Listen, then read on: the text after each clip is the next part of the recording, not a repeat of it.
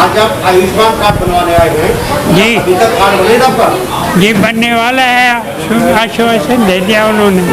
तो क्या मांग रहे हैं कार्ड के लिए? नहीं, थोड़ी कुछ पैसे नहीं मांगे, कुछ देर के लिए कहा बैठिए। तो कितने बनवाने हैं? आपने अपना बनवाने? अपना और हमारी बेगम का। अच्छा, हाँ। आपका नाम? मेरा अब्दुल गफूर नईमी।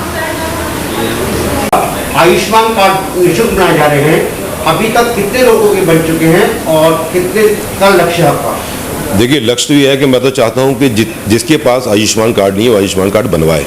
और सुबह से अब तक मेरे ख्याल से 50-55 क्रॉस हो चुके हैं और उम्मीद करता हूँ कि रात तक चाहे कितनी भी देर हो जाए, जितने कार्ड बना सकते हैं लोगों के कार्ड बनवाए जाएंगे।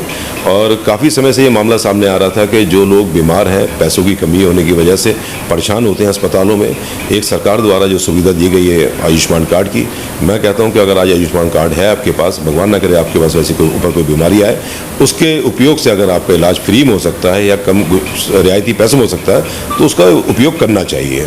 तो वही देखते हुए लोगों को जागरूक किया जा रहा है और लोगों के आयुष्मान कार्ड बनाए जा रहे हैं। वही देखा जाता है जिस तरह बिना आयुष्मान कार्ड के गरीब आदमी को इलाज की सुविधा नहीं मिल पाती है, इसी तरह आधार कार्ड के बिना जैसे बैंक खाता है, बच्चों के एडमिशन है, नहीं हो पा रहे हैं। वहीं जो CSC सेंटर खुले सरकार की तरफ से, वहाँ आधार कार्ड नहीं बनाए जाते लोगों की बड़ी परेशानी होती है। तो क्या इस ओर भी कोई कदम उठाएंगे आप? पक्का। मैं उस सारे एरियो में जैसे भी बहुत सी चीज़ें ऐसी भी सामने आती हैं कि लोगों के बच्चे 5-5 साल के हो गए हैं, लोगों के पास बर्थ सर्टिफिकेट तक नहीं है, कि जन्म प्रमाण पत्र इतना आवश्यक प्रमाण पत्र है कि कल को जब बच्चों को स्कूल में एडमिशन कराओगे तो हर चीज़ के लिए आपको वो प्रमाण चाहिए। तो मैं वही आपके चैनल के माध्यम से जागरूक करना चाहता हूँ कि जो ज़रूरत की चीज़ें हैं वो डॉक्यूमेंट अपने बच्चों के, अपने परिवार के पूरे करिए। आधार कार्ड है, स्थायी निवास प्रमाण पत्र है, और आपका अगर आप जाति प्रमाण पत्र है या आपका ये आयुष्मान है तो आधार कार्ड है, सारी चीज़ों को बना के तैयार रखिए, कब किस समय किस चीज़ की ज़रूरत पड़ जाए। लेकिन वहीं देखा जाए, अगर बात की जाए, सरकार द्वारा करोड़ों रुपया खर्च किया जाता है जनता की सुविधाओं के लिए, लेकिन अफसरशाही कहीं ना कहीं हावी दिखाई देती है, लोगों की सुविधाएं नहीं मिल पाती है। इस पर क्या कहना आपका? देखिए, 2-3 चीज़ें हैं वो मैं आपको बताना चाहूँगा आपके चैनल के माध्यम से। जैसे कि अभी आयुष्मान कार्ड भी हर अस्पताल में इस्तेमाल नहीं होता, ये सरकार की बहुत बड़ी कमी है। तो अगर आपने कार्ड की सेवा दी है तो कम से कम शहर के अंदर 5-6 अस्पताल ऐसे होने चाहिए जहाँ पर गरीब जाकर अपना इलाज करा सके।